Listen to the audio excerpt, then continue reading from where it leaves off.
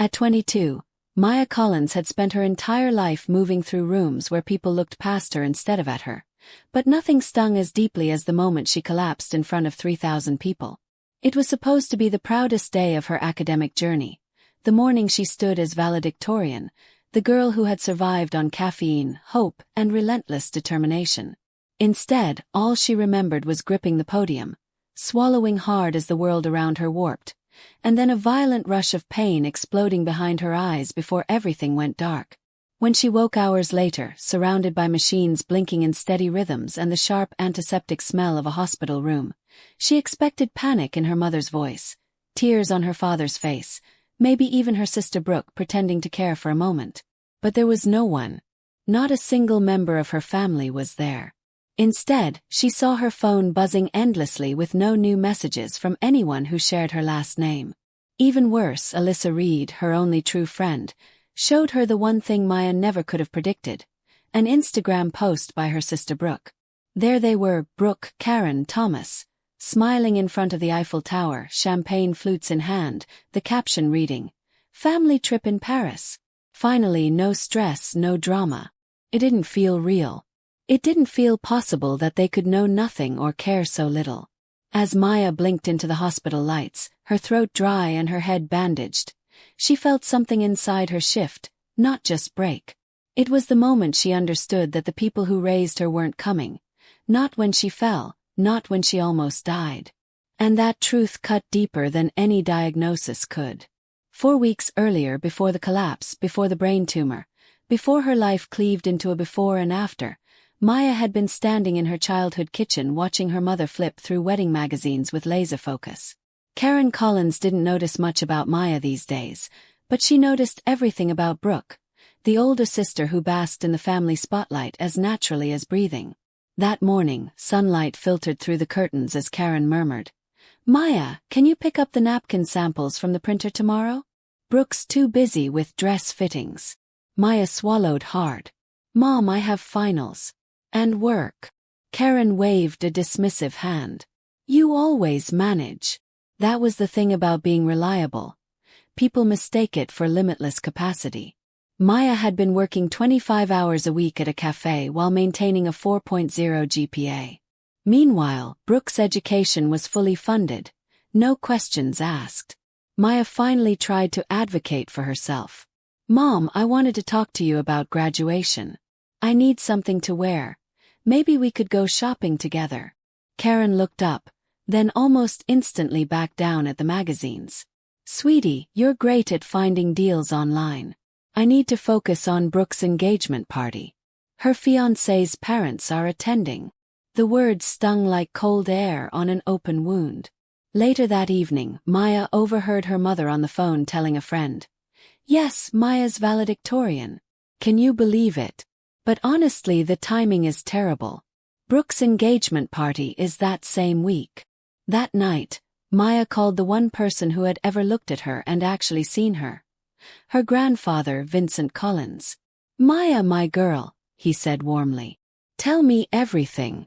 And for 20 minutes, Maya could breathe again. Vincent listened as Maya talked about finals, her thesis, her speech, her fears. All the things no one else ever asked her about. "Do you have your dress yet?" he asked gently. "Shoes? Do you need anything?" Maya blinked hard, trying to swallow the ache in her chest. "I'm fine, Grandpa." "Really?" Vincent paused long enough for the truth to echo between them. "Your grandmother would be proud, you know. Ruth always said you had her spirit." Maya had never met her grandmother, who died before she was born, but she'd grown up hearing comparisons. The same dark hair, the same stubborn chin, the same determined eyes. Being likened to Ruth was one of the few compliments Maya cherished, one that didn't come from her mother. "I'll be there, Maya," Vincent said. "Front row." Maya smiled. "That means everything." Before she could ask him about the mysterious graduation gift he hinted at, her sister Brooke barged into the room without knocking. "Did you use my dry shampoo?" Brooke snapped, tossing her hair like a weapon.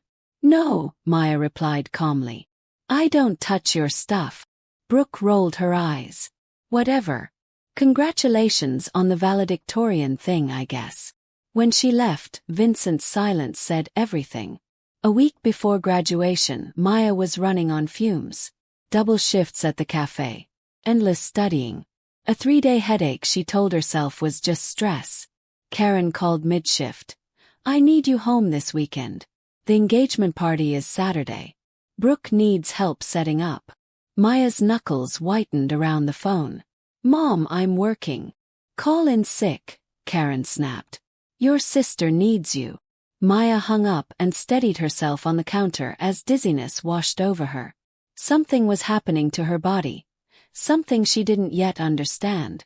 That evening, her friend Alyssa Reed showed up at Maya's apartment unannounced, carrying Thai food and worry in her eyes. You look awful, Alyssa said bluntly, pushing her way inside. Thanks, Maya muttered. Alyssa crossed her arms.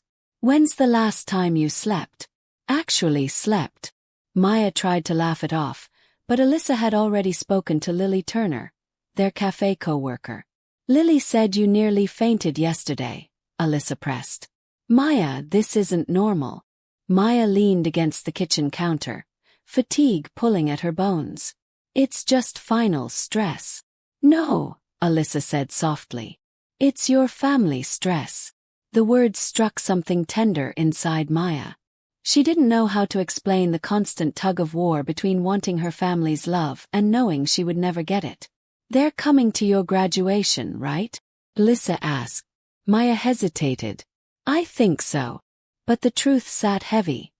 No one had mentioned it. That night, after Alyssa left, Maya stared at her reflection in the bathroom mirror as her vision doubled and a searing pain ripped through her skull. She gripped the sink until her knuckles went white. It's just stress, she whispered to herself, though she no longer believed it. The next day, at Brooke's engagement party, Maya spent 6 exhausting hours setting up chairs, arranging flowers, refilling drinks, playing the invisible support role she'd been assigned since childhood. As guests cheered for Brooke, no one asked Maya about her upcoming graduation.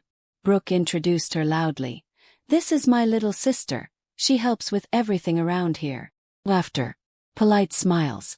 Brooke added. She's valedictorian next week, valedic something. I can't remember the word.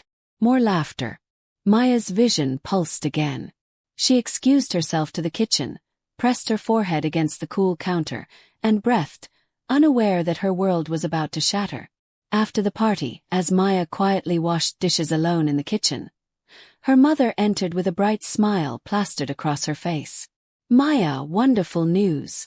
Karen chirped. Maya didn't turn around. What is it? We're going to Paris. The whole family, Evan, Brooke's fiancé, is treating us to celebrate. Maya froze. When? Next Saturday, Karen replied, opening the refrigerator as though discussing something trivial. We fly out Friday night. Maya's breath caught. Mom, my graduation is Saturday morning. Karen nodded absently. We know, sweetie. But the flights were already booked before we remembered. And Evan got such a good deal. Maya turned slowly, dish towel in hand. You're missing my graduation for a vacation. Karen frowned. Don't say it like that. It's for Brooke. Besides, you don't need us there. You've always been so independent. The word felt like a knife twisting in old wounds. As Maya stood there, dizzy and hollow, her father Thomas appeared in the doorway, avoiding her eyes. Maya, Brooke needs family support right now. This engagement is important. And graduating valedictorian isn't. Maya whispered. Thomas exhaled. You're strong. Brooke needs us more. The kitchen tilted. Maya gripped the counter as pain surged behind her left eye. She muttered something about having an early shift, grabbed her keys, and left before her knees gave out. In the car, she sat in the dark, hands trembling. For the first time in years, she allowed herself to cry. Not quietly, but in shuddering waves that shook her entire body. She had never felt so unseen, so disposable. But even then, she didn't know how much worse things would get.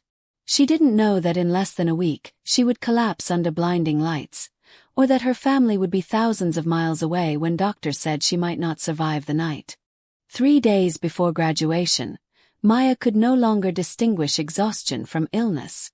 She lay on her apartment floor, the ceiling spinning slowly above her like a carousel she couldn't stop. Alyssa was on speakerphone, pacing in her own apartment miles away.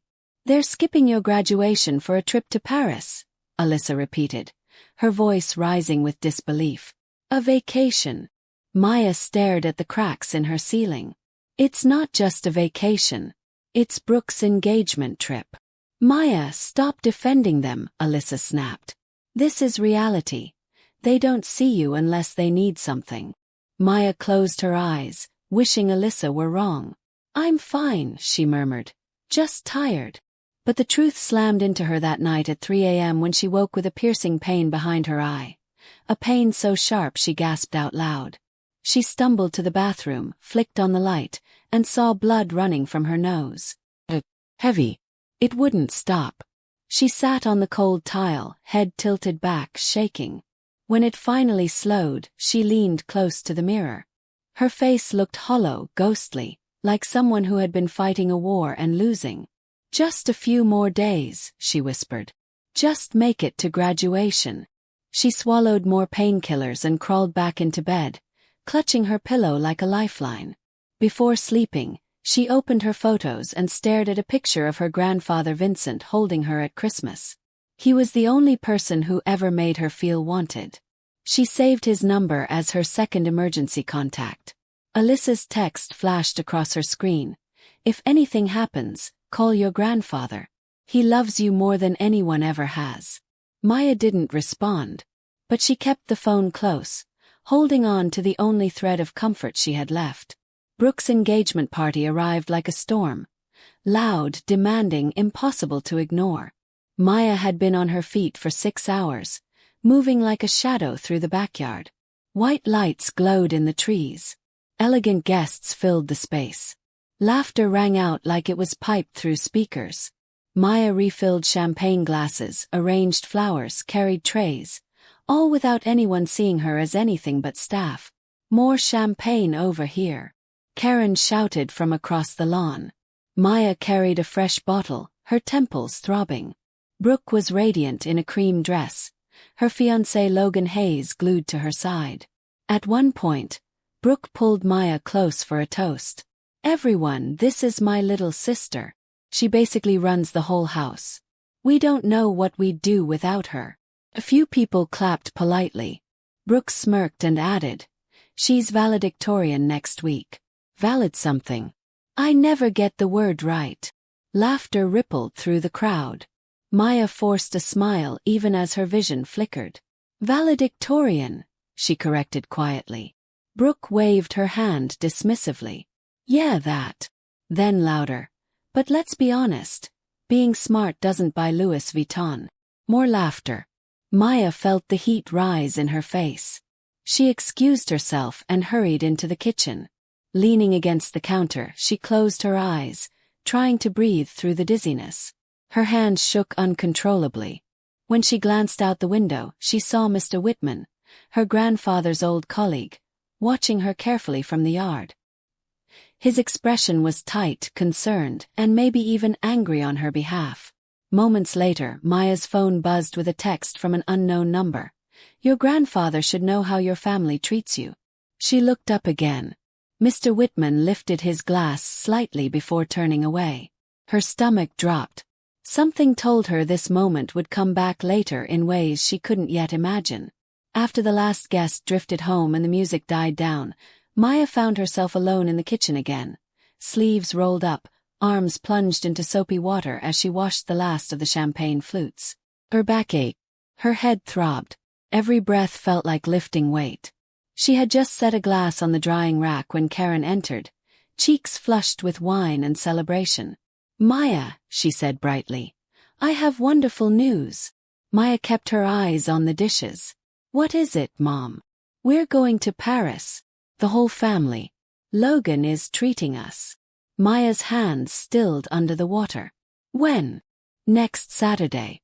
We fly out Friday night." Maya's stomach twisted. "Mom, graduation is Saturday morning." Karen's tone softened with false sympathy. "I know, sweetie. But the flights were already booked. And Brooke's engagement is such a big deal. So is graduating valedictorian, Maya whispered. Karen waved her hand dismissively. You don't need us there. You're independent. You always have been. The words hit Maya like a slap. Thomas stepped into the doorway, rubbing his neck. He looked anywhere but at his daughter. Brooke's going through a major life change, Maya. Weddings are stressful. Maya swallowed. And brain-breaking schoolwork isn't. Aside. You're strong. You'll be fine without us. The room wobbled.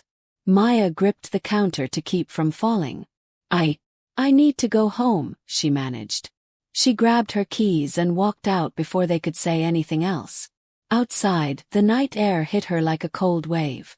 She sat in her car for 10 minutes, unable to start the engine, trembling as disappointment pressed down on her chest like a physical weight.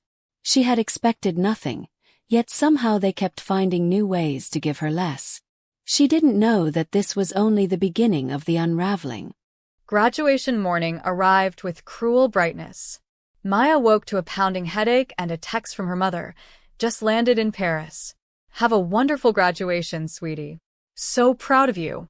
Attached was a smiling family selfie taken at Charles de Gaulle Airport, Brooke pouting playfully, Thomas giving a thumbs up, Karen beaming as though nothing in the world were wrong. Maya stared at the photo until her eyes burned. Alyssa arrived to pick her up at 9. One look at Maya, and her best friend's face fell. Oh my God, Maya. You're gray. Like, actually gray. Just nerves, Maya whispered. Alyssa pushed a granola bar into her hand. Eat. Now. Maya managed 3 bites before nausea clawed at her stomach. Campus was buzzing with life. Families cheering, balloons floating, parents crying proudly into bouquets of flowers. Maya tried not to look at the empty chairs where her own family should have been. In the staging area, she pulled up the university's emergency contact form. She had filled it out freshman year, naming Thomas and Karen as primary and secondary contacts. Without hesitating, Maya added a 3rd line, Vincent Collins' grandfather. It felt strangely momentous. When she stepped onto the field, she scanned the rows of seats and immediately spotted him, Vincent, sitting in the front row, a manila envelope in his lap, waving proudly. Maya's breath steadied for the first time all week. She could do this.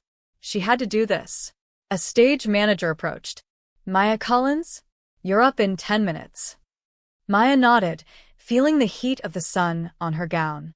She whispered to herself, just get through the speech. But as she took her place behind the podium, the edges of her vision blurred. The microphone felt heavy in her hands. Something was terribly wrong. And now, our valedictorian, Maya Collins. The applause roared, echoing across the stadium. Maya stepped forward, the world spinning in slow, disjointed frames. She found her grandfather in the crowd, Vincent smiling proudly, Alyssa filming with trembling hands. 2 empty seats sat next to them, untouched except for the programs resting neatly on top. She inhaled shakily and gripped the podium. Thank you all for being here today, she began, her voice thinner than she intended. I stand before you not just because of grades or test scores, but because of the people who believed in me. The stage tilted sharply. The sun seemed to flare white. Maya blinked rapidly, but the crowd blurred into indistinct shapes. Her fingers slipped from the microphone. Believed in me when I couldn't. The pain hit like a lightning strike behind her eyes. Hot, blinding, and unbearable. Gasps rippled through the audience. Someone shouted. Maya staggered, reaching for the podium that suddenly felt miles away. She saw her grandfather rise from his seat, horror etched on his face. She saw Alyssa drop her phone, mouth open in a silent scream. She saw the 2 empty chairs again and then saw nothing. Her body collapsed onto the stage with a sickening thud. Screams erupted. Call 911. Get a doctor. Somebody help her. Alyssa pushed through the crowd, crying out, Maya, Maya, can you hear me? Vincent dropped to his knees beside her, gripping her limp hand. I'm here, sweetheart, stay with me. But Maya's consciousness was already slipping away, swallowed by darkness. The last thing she heard was a stranger's urgent voice. "We need her family's number. Does anyone have it?" And the last thought that flickered in her fading mind was simple, brutal, and true. They won't answer. Maya didn't witness the chaos that unfolded after she hit the stage floor, but Alyssa later told her everything. Paramedics arrived within 14 minutes, 14 long minutes, during which Maya never opened her eyes. Vincent stayed kneeling beside her, refusing to let go of her hand as stadium staff and volunteers cleared space for the stretcher. Alyssa cried openly, her voice trembling as she kept repeating Maya's name like a prayer. When the ambulance doors shut, Vincent climbed in without hesitation. Alyssa rode in the front, gripping her phone so tightly her knuckles whitened. At the hospital, doctors rushed Maya into diagnostics, CT scan, MRI, each image grimacing at the medical staff. Dr. Keaton, the neurosurgeon on call, approached Vincent and Alyssa with a seriousness that made both their hearts drop. "There's a mass," he said quietly. "A tumor pressing on her frontal lobe. We need to operate immediately, within the hour." Alyssa gasped. "Surgery? Today? Now," Dr. Keaton repeated. "We need family consent." Alyssa scrambled through Maya's phone, calling Karen, calling Thomas, straight to voicemail. She tried Brooke, no response. "Please," she whispered into the phone. "Maya is in the hospital. She could die. Call us back." Nothing. Vincent pulled out his own phone and called Thomas directly. The line rang 5 times. Then, finally, Thomas answered. "Dad, we're at the airport about to board," Thomas said casually, as though discussing weather. "We can talk later." Vincent's eyes widened. "Thomas, listen to me carefully. Maya collapsed. She has a brain tumor. They're operating in 40 minutes. Silence. Then Thomas's voice, eerily calm. "Dad, the flight is already boarding. By the time we get back, the surgery will be over. There's nothing we can do from here." Alyssa stared at Vincent, horrified. Vincent's jaw tightened with decades of swallowed anger. "If you get on that plane," he said coldly, "don't call me again." But Thomas boarded anyway. The moment Thomas hung up, something hardened inside Vincent, something that had been cracking for years. He turned to Dr. Keaton and said, "I'm her emergency contact. I'll sign whatever you need." And with that, Maya was wheeled into the operating room. White lights glaring, machines humming, nurses moving with professional urgency. Alyssa stood frozen in the hallway, watching the last glimpse of her friend disappear behind double doors. "Please let her be okay," she whispered to no one in particular. Vincent placed a shaking hand on her shoulder. "She's strong," he murmured, though his voice trembled. "She gets that from her grandmother." Surgery lasted 5 hours. 5 excruciating hours during which Vincent refused to sit, pacing the waiting room floor until Nurse Bailey brought him water he didn't drink. Alyssa cried silently, curled into the corner of a couch. No calls came from Paris. Not one. Finally, Dr. Keaton appeared, mask hanging loosely around his neck. "She's alive," he said, and both Vincent and Alyssa nearly collapsed with relief. The tumor was benign, but it was dangerously close to causing irreversible damage. "We removed it entirely. She's stable for now, but recovery will take time." Vincent exhaled shakily. "Can we see her?" "One at a time," Dr. Keaton replied. "She may not wake for a couple of days." When Vincent entered Maya's room, he saw her small and pale against the white sheets, tubes running from her arms, machines beeping softly beside her. He pulled a chair close to her bed and laced their fingers together. "My brave girl," he whispered. "I'm here. I won't leave you." Outside, Alyssa texted Karen and Thomas again, her fingers trembling as she typed. "Maya survived surgery. Please answer." The message delivered. But no reply came. 3 days later, sunlight filtered weakly through the hospital blinds when Maya's eyelashes fluttered. Her throat was dry, her tongue heavy, but she forced her eyes open. The first thing she saw was a white ceiling. The second was Vincent, still wearing his suit from graduation, asleep in a chair with his hand wrapped around hers. The third was Alyssa, curled up on a narrow cot at the foot of the bed, dark circles staining her eyes. Maya tried to speak, her voice scraping like sandpaper. Alyssa stirred instantly. Maya? She rushed to the bedside, tears already rising. Oh, thank God. Maya, you scared me to death. Vincent woke next, his expression softening into overwhelming relief. My girl, he whispered, leaning close. You came back to us. Maya swallowed painfully. What happened? Alyssa and Vincent exchanged a look. Alyssa exhaled slowly. You collapsed at graduation. They found a brain tumor. Dr. Keaton removed it. You're okay now. You're safe. Maya blinked as her vision steadied. Surgery? 3 days ago, Vincent said gently. You've been unconscious since then. Maya's gaze drifted to her phone on the nightstand. Alyssa hesitated, then picked it up. Maya, maybe wait until... But Maya had already unlocked the screen. Notifications flooded the display.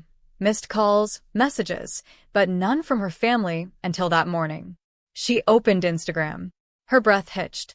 There they were, her mother, her father, Brooke, posing in front of the Eiffel Tower. Family trip in Paris. Finally, no stress, no drama. Maya stared at it, numb. Not a single reference to her surgery. Not a single sign of concern. Not one mention of their daughter, nearly dying. Alyssa touched her shoulder. They know, Maya. Your grandfather called them. Vincent's jaw tightened. They know, he repeated. Maya closed the app with shaking fingers and whispered, I don't have the energy to cry anymore. Recovery was slow but steady. Each day, Vincent sat beside Maya, reading aloud from old books Ruth once loved. Alyssa brought takeout and hospital gossip, keeping Maya laughing even when it hurt to smile. But the peace shattered 4 days after surgery, when Maya's phone exploded with notifications. 1 missed call, then 5, then 20, then 65, all from Thomas. A string of texts followed, call me back. We need you. This is urgent. Answer immediately. Not one asked how she was feeling. Not one said they were sorry. When Vincent returned from getting coffee, Maya handed him the phone. His eyes darkened as he read. They know, he said quietly. Maya frowned. Know what? Vincent pulled his chair closer and took her hand gently. There's something I need to tell you. Something I should have told you years ago. Maya's pulse quickened. What is it, Grandpa? He exhaled a long, heavy breath, the kind that carried decades of secrets. It's about the gift your grandmother left for you. The one she saved for your college graduation. Maya blinked. The gift? You mentioned it before. Vincent nodded. Ruth and I set aside money for you when you were born. Not for tuition. That's something your parents promised to handle. This was something different. Seed money for your future. A freedom fund, your grandmother called it. Maya sat perfectly still. How much? Vincent hesitated. Enough to buy a home. Or start a business. Or pay for graduate school. It has grown for 22 years. Maya felt her heartbeat in her throat. Dad said you didn't have money to help with my education. Vincent's eyes softened with sadness and anger. I gave him money. 2 checks. 1 for you and 1 for Brooke. Equal amounts. Maya felt cold.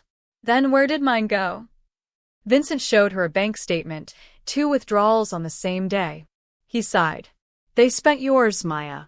And now that they know about the Freedom Fund, they're coming. The next afternoon, Maya heard them before she saw them. Karen's hurried heels clicking down the hallway, Thomas's low murmuring voice, Brooke complaining about the hospital's smell.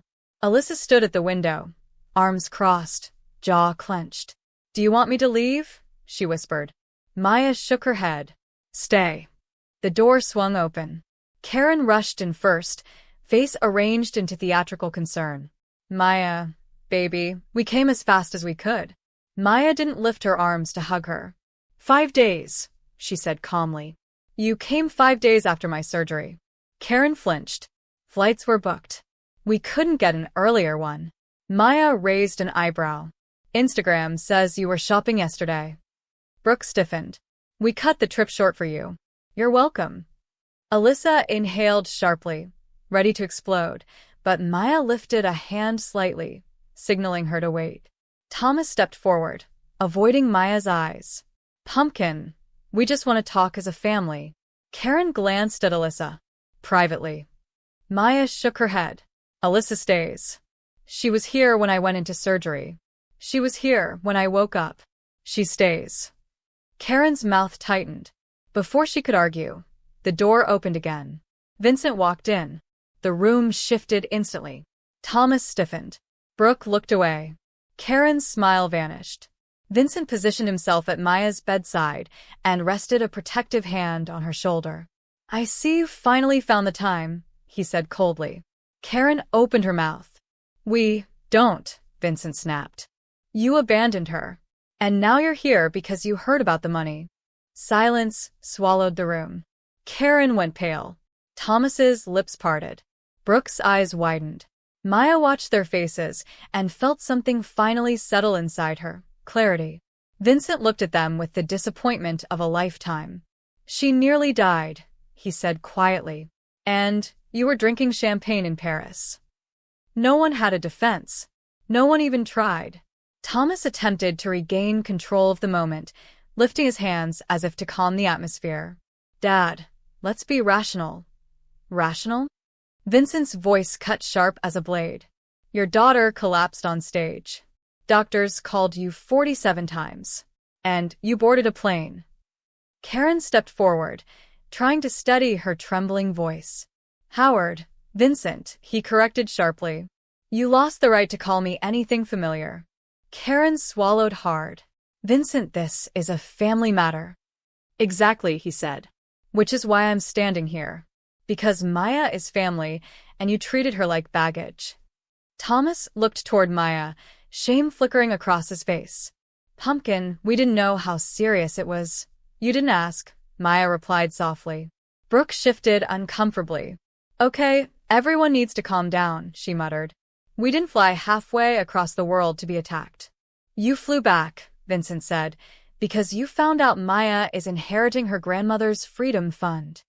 Brooke's eyes narrowed. So what? The family deserves to know. It was never for you, Maya said steadily. It was for me. Karen's composure cracked. You can't say that. Helen, Ruth, never approved of me. Never accepted me. She judged me every day we were in the same room. Her voice trembled. And then you were born, Maya. And you looked exactly like her. The same eyes. The same chin. Her shadow walking through my house. Maya stared at her mother, breath shallow. So, you punished me? For looking like the grandmother I never met. Karen covered her face. I'm sorry. I didn't know how to separate you from her. Maya's voice softened but did not bend. That wasn't my burden to carry. Maya pushed herself upright against the pillows, determined despite the weakness in her limbs. The room was painfully quiet. Mom, she said slowly, I understand you had a difficult relationship with Grandma Ruth. But I was a baby, a child. I deserved love that wasn't filtered through your pain. Karen's shoulders shook as she cried silently. Maya turned to Thomas. And you, Dad? You watched it all. For 22 years, you watched it happen. Thomas opened his mouth, then closed it again. I didn't know how to fix it. I didn't want to cause conflict. So you chose silence? Maya whispered. Even when it cost me everything? He looked down at his shoes like a boy being scolded. I thought you were strong enough to handle it. No child should have to be strong enough for their parents' neglect, Maya said quietly. Brooke rolled her eyes. Okay, enough. We're blowing this out of proportion. Alyssa stepped forward then, unable to stay silent. She had brain surgery, Alyssa snapped. While you were trying on designer dresses. You want to talk about proportion? Brooke turned red. Stay out of it. I won't, Alyssa said. I held Maya's hand before surgery. Where were you? No one answered. Vincent cleared his throat. We're done tiptoeing. Maya deserves truth. She deserves respect. She deserves boundaries. Maya took a breath. Which brings me to the inheritance. All three family members stiffened visibly. I know why you're here, Maya continued. But I'm not sharing it. Not a cent. Brooke gasped. That's selfish. Selfish. Maya whispered. Is it selfish to keep the one thing that was meant to give me freedom? After everything you spent that wasn't yours. Karen reached out, but Maya pulled her hand away. This time, she said, I choose me. Brooke's expression hardened, her voice rising. This is insane.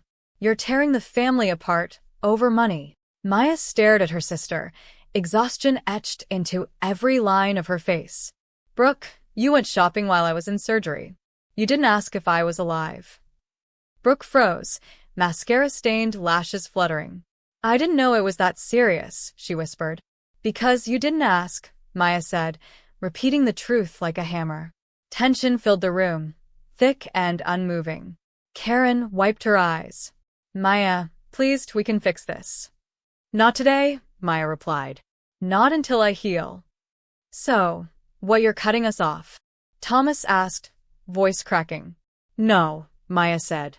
I'm setting boundaries. If you want to rebuild a relationship with me, then you have to do the work. Real work. Therapy. Accountability. Consistency. Brooke scoffed.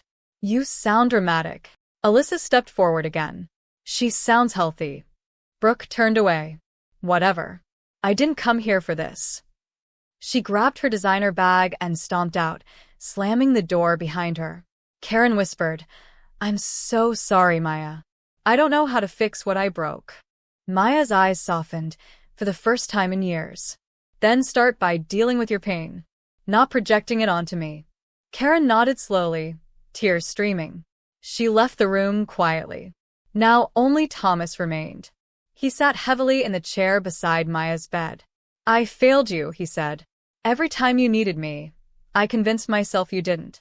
You did, Maya whispered. I just stopped expecting it. He nodded, swallowing hard. Can I try again? Maya thought for a long moment. Call me next week, she said softly. Ask me how I am. And really listen. Thomas nodded. I will. Then he, too, slipped quietly out the door, leaving Maya, Vincent, and Alyssa in the calm that followed a storm. 2 weeks later, Maya was discharged with a clean bill of health. The tumor was gone, but the emotional wounds lingered, deep and raw. She didn't return to her parents' house. Instead, she used a small portion of the Freedom Fund to rent a tiny apartment near the school where she would begin teaching that fall. It was small, humble, but every detail was hers. Plants by the window, a thrifted bookshelf, a soft lamp that cast warm light over her new beginning. The fallout in her family unfolded quickly. Brooke blocked her on every social media platform. Her new bio read, Some people don't appreciate family. Maya screenshotted it and sent it to Alyssa, who replied with 10 middle finger emojis and a voice note saying, Brooke can sit down somewhere. A few days later, Alyssa called, nearly breathless from excitement. You won't believe this, she said. Logan's mother heard everything about your surgery, the Paris trip, all of it. Logan is reconsidering the engagement. Maya leaned back against her couch. She didn't feel triumphant, just tired. That's not what I wanted. I know, Alyssa said gently. But actions have consequences. A week later, Maya checked Brooke's Facebook page out of habit. The engagement photos were gone. Then the engagement announcement disappeared entirely.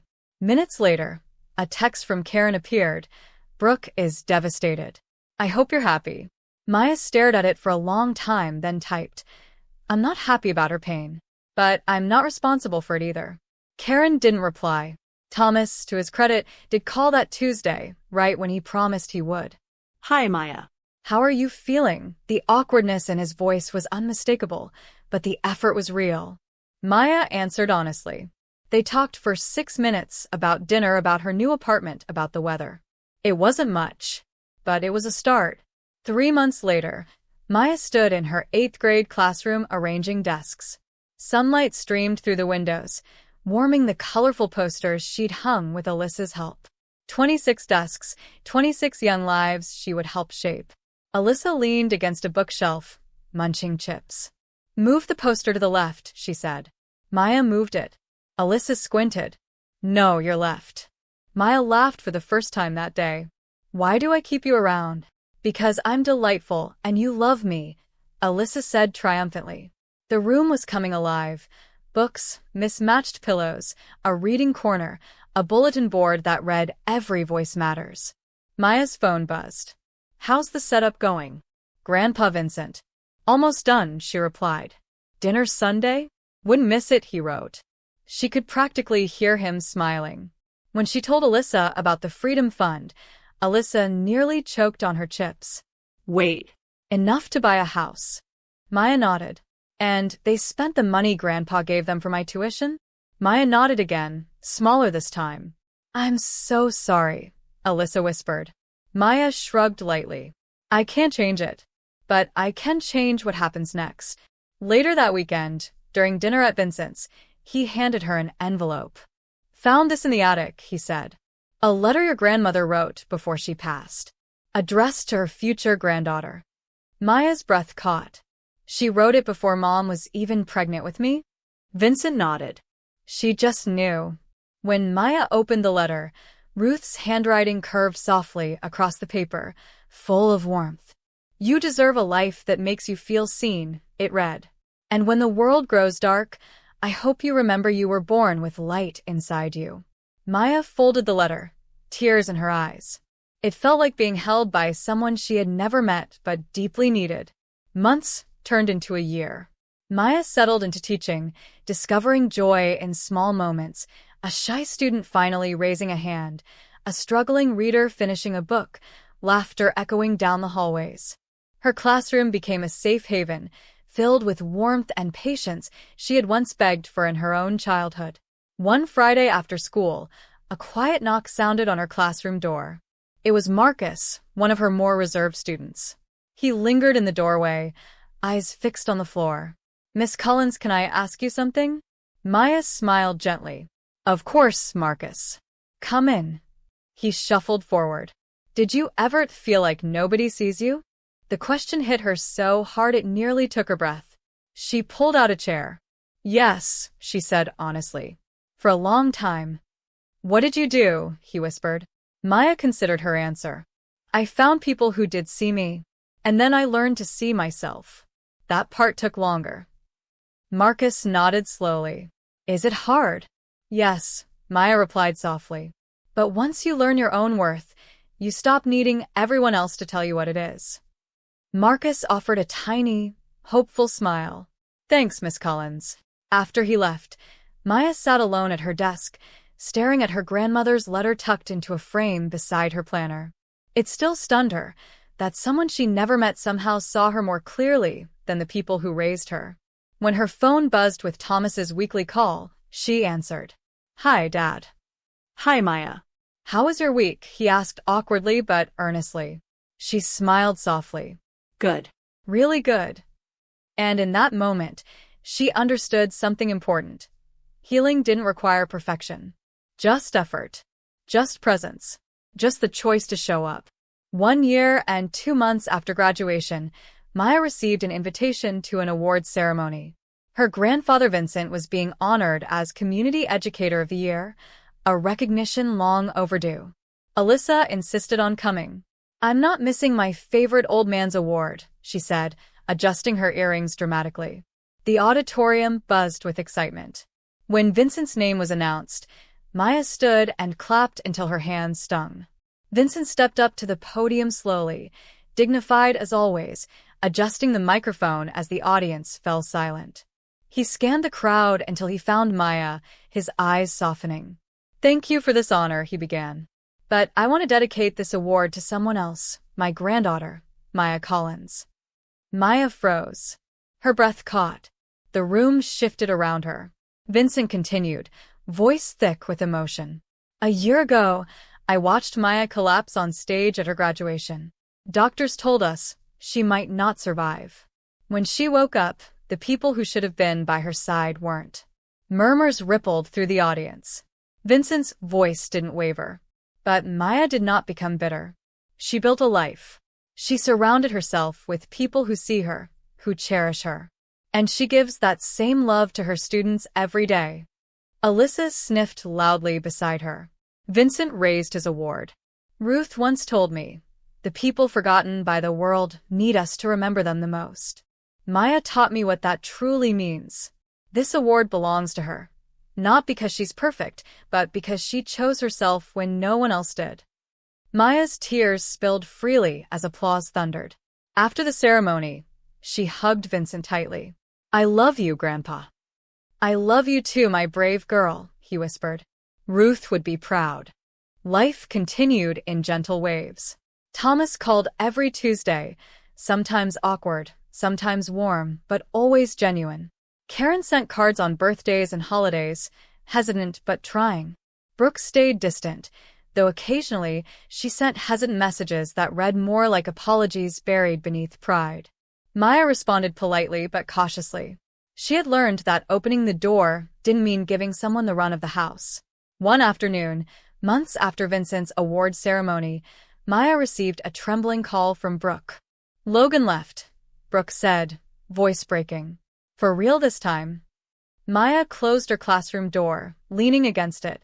"I'm sorry," she said honestly.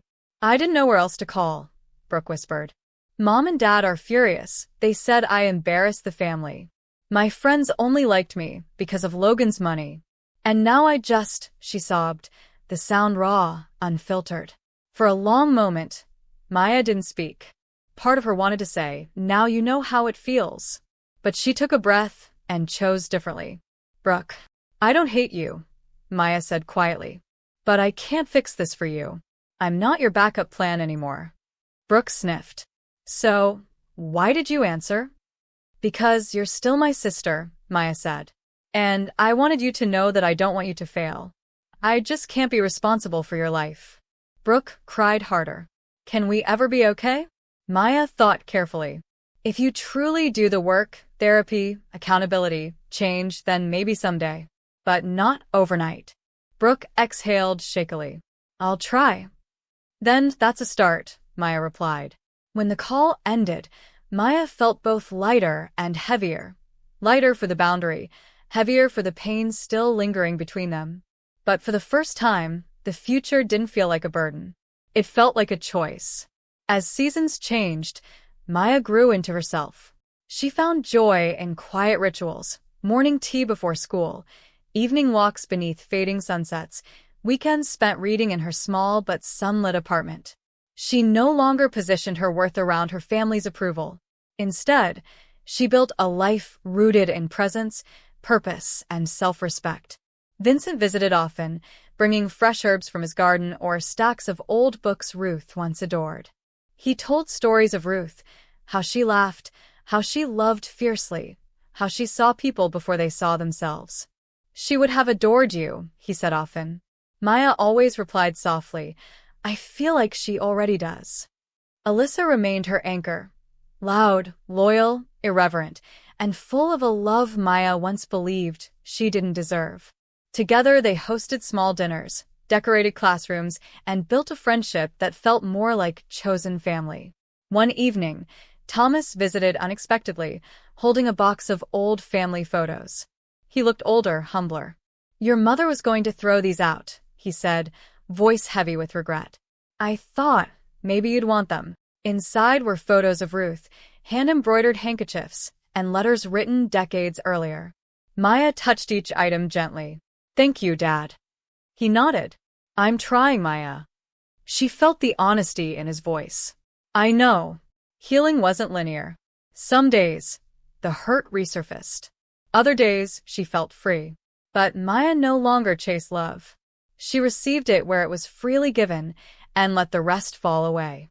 And in doing so, she discovered something beautiful. She wasn't invisible. She was simply surrounded by the wrong people. Now that she had chosen differently, her life glowed in ways she once thought impossible. 1 year after the award ceremony, Maya stood in her quiet apartment grading essays when her phone buzzed with a new message from a student. "Thank you for seeing me." She smiled, placing the paper aside. Her journey had been painful, messy, and transformative, but she had risen from it with a clarity few people ever reached. She thought of the girl she once was, exhausted, unseen, desperate for scraps of affection. That girl had collapsed on a stage believing her family would come running. Instead, they ran the other direction. And strangely, that was the moment everything changed. The brain tumor, terrifying as it was, became the turning point. It forced her to face the truth she had avoided her whole life. Love couldn't be earned from people unwilling to give it. Family wasn't defined by blood, but by presence. By showing up. By staying. She looked at her grandmother's letter framed on her desk. You were born with light inside you. Maya touched the glass gently. She finally believed it. She lit a candle by the window, the flame small but steady. A symbol of the girl she had been, and the woman she had become. Just then, her phone rang.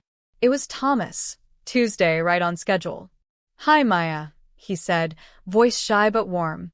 How was your day? She smiled softly. It was good, Dad. Really good. After the call, she sat quietly for a long time, breathing in the peace she had created for herself. Her past had shaped her, but it no longer defined her. She had learned the most important lesson of her life. Choosing yourself is not selfish, it is survival. And as she looked toward the future, she knew one thing for certain. She would never shrink again to fit into the small spaces others offered her. She finally understood her worth. And that was enough.